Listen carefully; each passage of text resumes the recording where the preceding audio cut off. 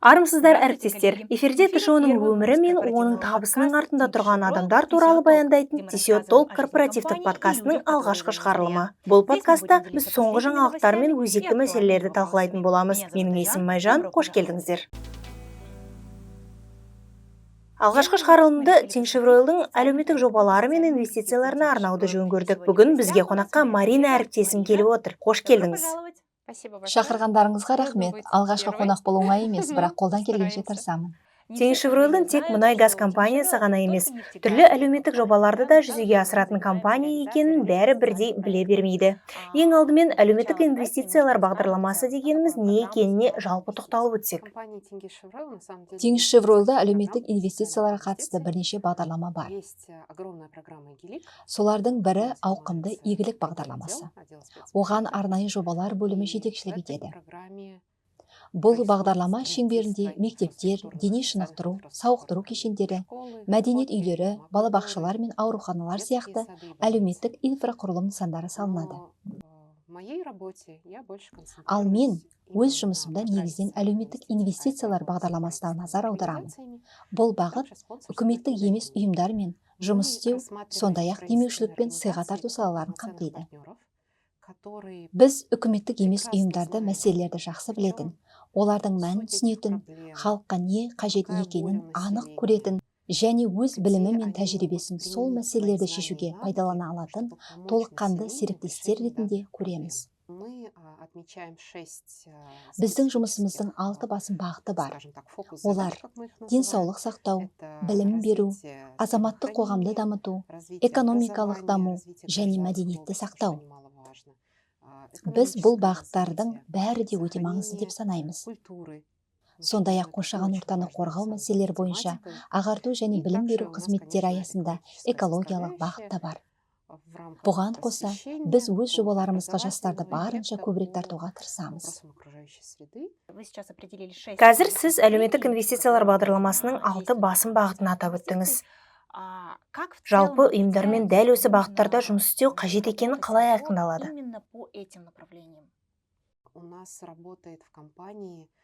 Мұнда бірнеше фактор бар. Компанияда Жылой ауданы бойынша кеңес деп аталатын қоғамдық консультативтік кеңес жұмыс істейді. Онда Жылой ауданы әкімдігінің өкілдері, үкіметтік емес ұйымдардың өкілдері және белсенді тұрғындар бір үстел басына жиналады. Диалог барысында олар шешуді қажет ететін мәселелерді көтереді. Мұнда әкімдіктің қатысуы да өте маңызды рөл атқарады. Кей жағдайларда олар мәселені өз жауапкершілігіне алып отырады. Қай бағытта біз әлеуметтік жоба арқылы өз үлесімізді қоса алатынымызды анық көре аламыз. Бір сәт нақтылап алайын. Яғни, сіздер бір жағынан белгілі бір зерттеудің нәтижелеріне сүйенесіздер, сонымен қатар жиналыстарды, жиындарды, тұрғындармен өткен кездесулерді талдап, барлық мәселені саралайсыздар. Сәйкесінше, осының бәрі басым бағыттарды айқындауға негіз болады ғой. Иә, дәл солай. Ал қазір Жылой ауданында қандай жобалар жүзеге асырылып жатыр? Биыл компания 20 жобаны қаржыландырып отыр. Бәлкім 1-2 жобаны есептемегенде, олардың барлығы дерлік Жылой ауданының жүзеге асырылып жатыр деп айтуға болады. Мәселен, әлеуметтік бағдарламалар мен инвестициялар қоры Жарқара жобасы жүзеге асырып келе жатқанына 10 жыл болды. Бұл өте жақсы бағдарлама. Ол әлеуметтік кәсіпкерлікті дамытуда нақты мүмкіндік береді. Осы бағдарламаның арқасында Атырау облысында 84 әлеуметтік кәсіпорын ашылды және олар өз серпінін алды деп айтуға болады. Келесі қоғамдық кеңістіктер жобасы.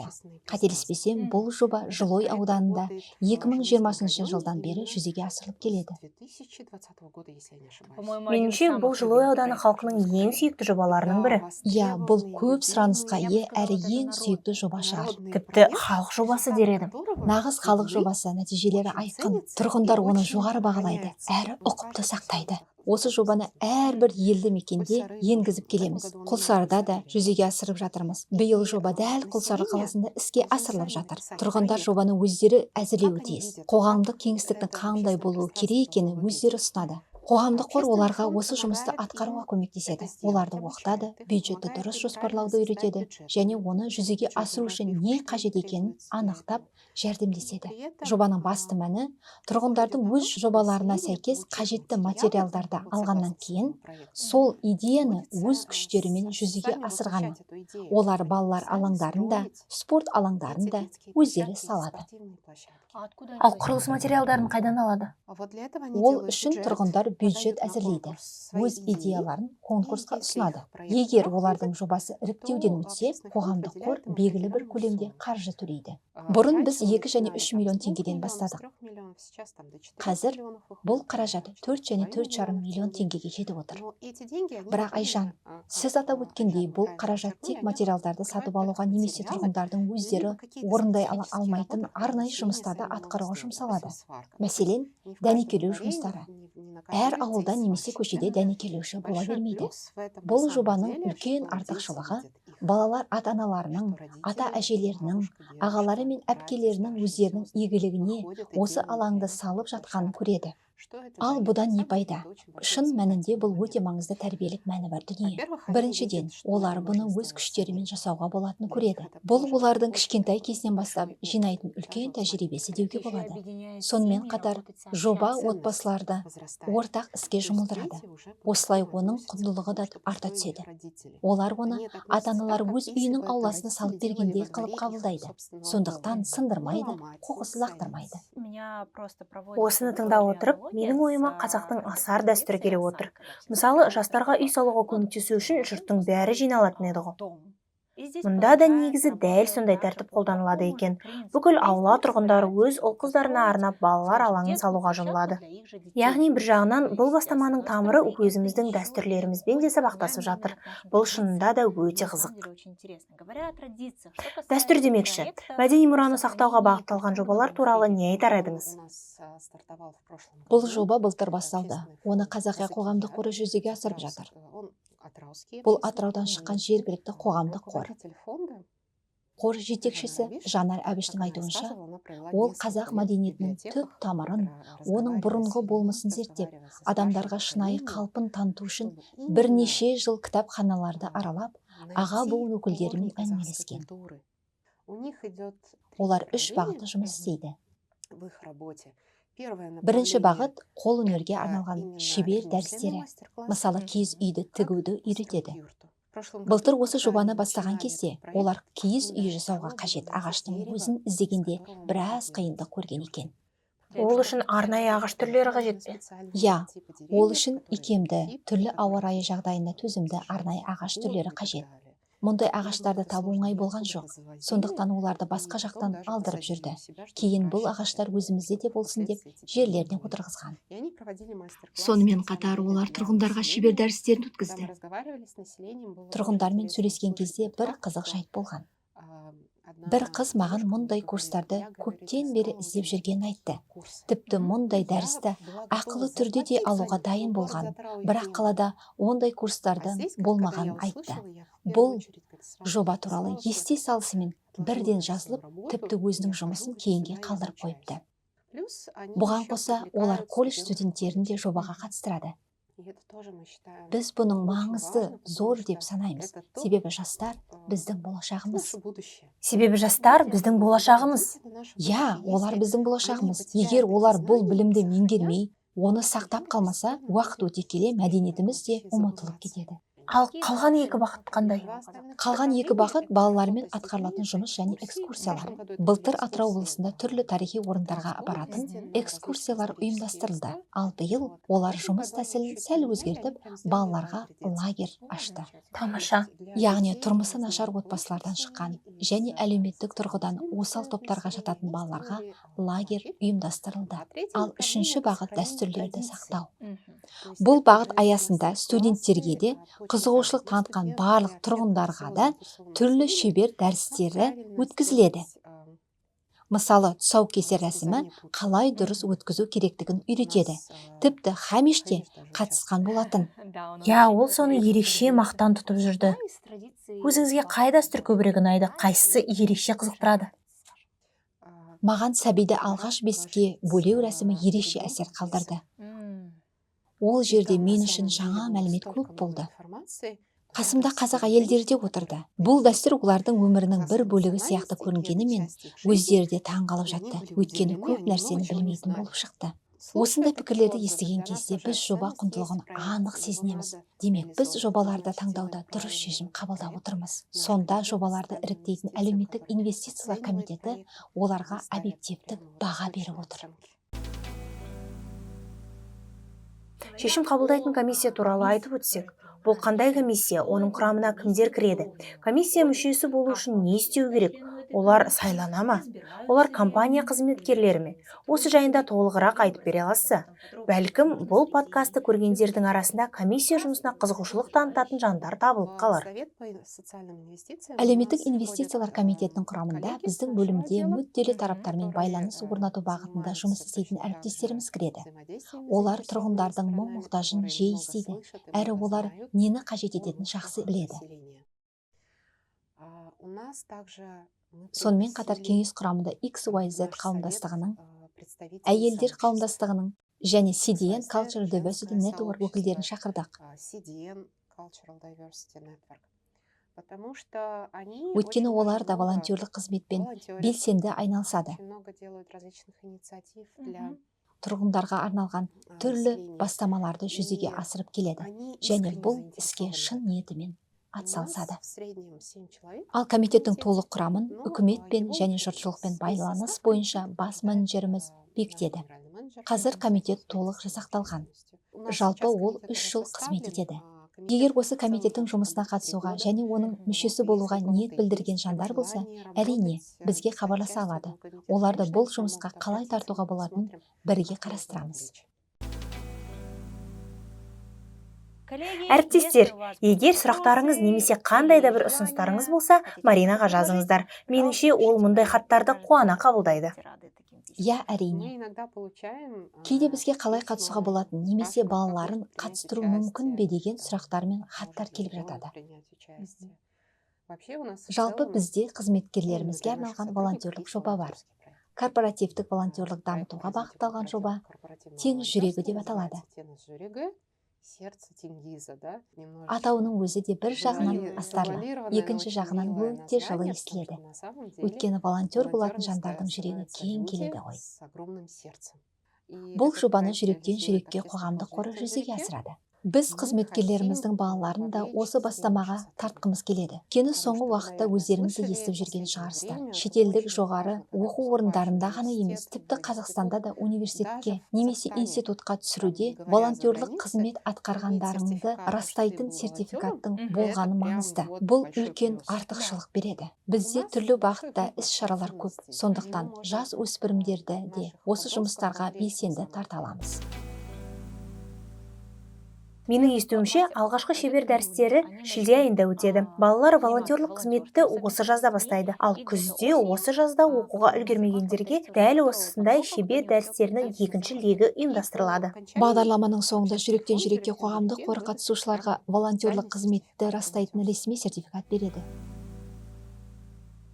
Әлеуметтік инвестициялар бағдарламасының бір міндеті азаматтық қоғамды дамыту. Бұл бағыт аясында үкіметтік емес ұйымдардың өздері осындай ұйымдарды дамытуға арналған жобаларды ұсына алады. Бірақ мұндай жобаны сол салада тәжірибесі мен білімі мол үкіметтік емес ұйым жүзеге асыру керек. Өйткені өзі жақында ғана құрылған ұйым бола тұра, басқа үкіметтік емес ұйымдарды ол қалай оқытады? 2021-2022 жылдары жүзеге асырылған алғашқы жоба 2 жылдық жоба болды. Оны Орталық Азиялық Евразия қоры жүзеге асырды. Бұл үкіметтік емес секторды дамытуға бағытталған мол тәжірибесі бар Алматыда құрылған корпоративтік қор. 2 жыл бойы қор Атырау облысындағы үкіметтік емес ұйымдарға оқыту жұмыстарын жүргізді. Осы жоба шеңберінде 2 әдістемелік құрал жарық көрді. Орталық Азия Евразия қоры алғашқы құралды әлеуметтік жобаларды бақылау және бағалау тақырыбына арнап шығарды. Бұл әдістеме көпшілікке алғаш рет Алматыда өткен азаматтық форумда ұсынылды. Қазір ол қордың веб-сайтында бар. Әр үкіметтік емес ұйым қордың веб-сайтына кіріп, онымен таныса алады. Ал екінші пайдалы құрал фандрайзинг тақырыбына арналды.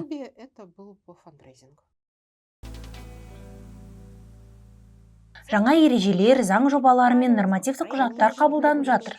Сондықтан олар үнемі білімін жетілдіріп отыру қажет. Я, дұрыс айтасыз.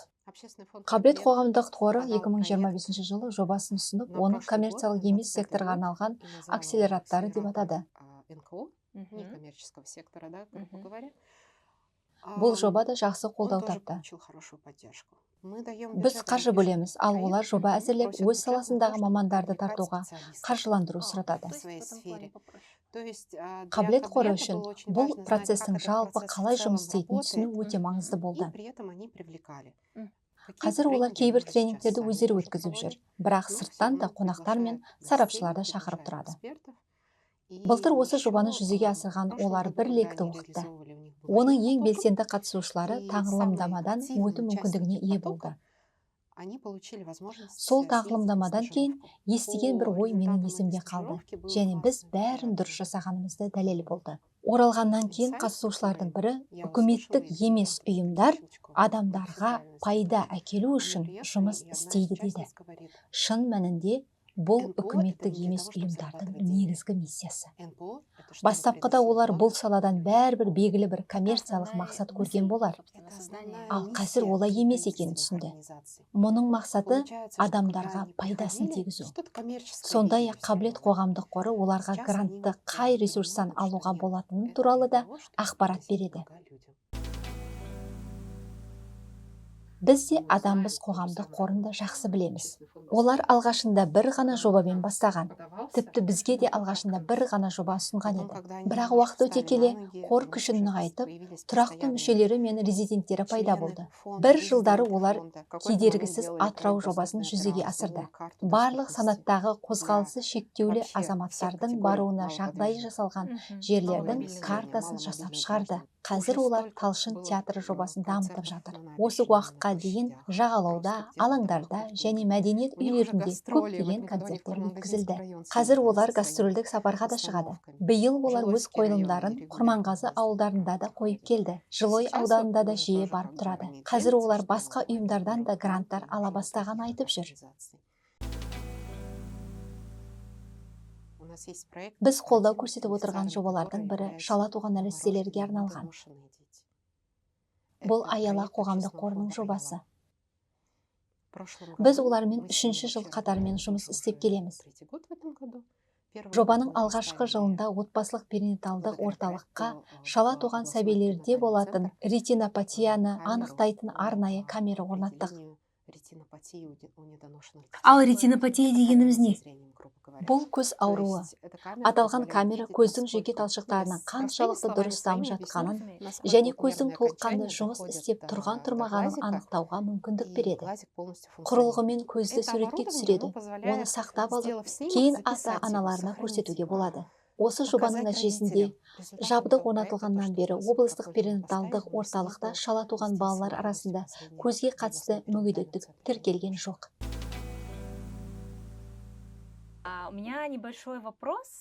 Менің бір сұрағым бар. Үкіметтік емес ұйымдарды іріктеу тәртібі қалай өтеді? Комиссия жұмыс істейтін, құжаттарды қарайтын және оның құрамында 7 адам бар екенін білдік. Ал өтінім берудің өзі қалай өтеді? Жалпы бұл процесс 6 айдан бастап уақытқа созылады. Неге сонша ұзақ екен?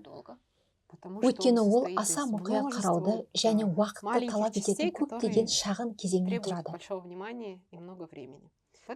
Биыл біз жұмыс әдісін сәл өзгерттік, яғни ұйымдарға жеке консультациялар ұйымдастырдық. Осыдан кейін біз қызығушылықты растау туралы сұрау жолдаймыз. Электрондық пошта арқылы осы тізімдегі ұйымдарға хат жіберіп, әлеуметтік инвестициялар бағдарламасына қатысты ниетін растауды сұраймыз. Сол үшін compliance және due diligence процестері шеңберінде талап етілетін белгілі бір ақпаратты ұсынуы қажет. Сонда өтінімдерді қабылдау әлі басталған жоқ па? Жоқ, өтінім қабылдау кезеңі әлі басталған жоқ. Қазір қатысуға ниет білдірген ұйымдардың тізімін жинап жатырмыз.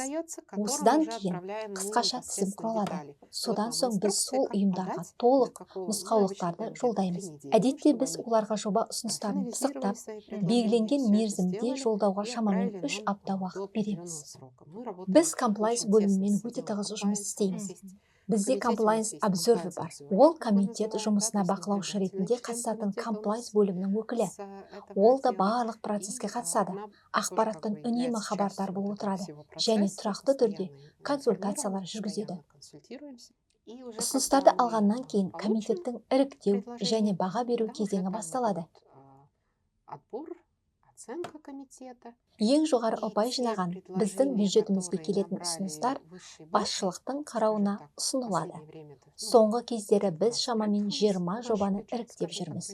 Содан кейін басшылық қолдау көрсету және бекіту жөнінде шешімін қабылдайды.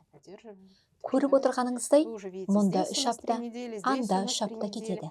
Бұған қоса барлық материалдарды тексеру, сұрыптау, тиісті бумаларға орналастыру қажет. Бұның өзі де уақыт алады. Бұл жұмысты біз 2 адам ғана болып атқарамыз.